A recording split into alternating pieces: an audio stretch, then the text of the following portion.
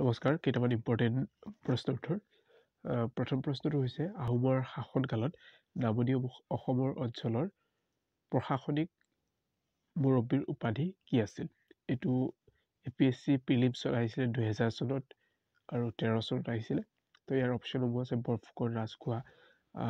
তো ইয়াৰে ভিতৰত আমাৰ যিটো শুদ্ধ অপশ্যন হ'ব এইটো হৈছে বৰফুকনটো ৰাইট এনচাৰ তাৰপিছত নেক্সট 2 নম্বৰ প্ৰশ্নটো হৈছে ফেব্ৰুৱাৰী মাহৰ শেষৰ কৰ্মৰ দিনত গতানুগতিকভাৱে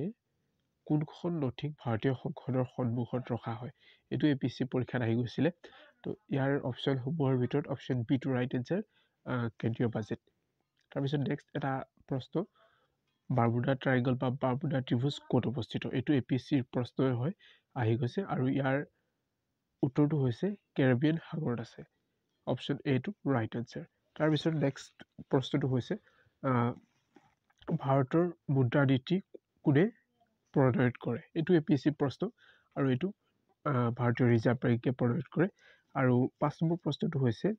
অন্তিমজন স্বতন্ত্ৰ আহোম ৰজা কোন আছিল এইটো APSC প্ৰশ্ন দুবাৰকৈ আহিছে আৰু উত্তৰটো হৈছে পুৰন্দৰ সিংহ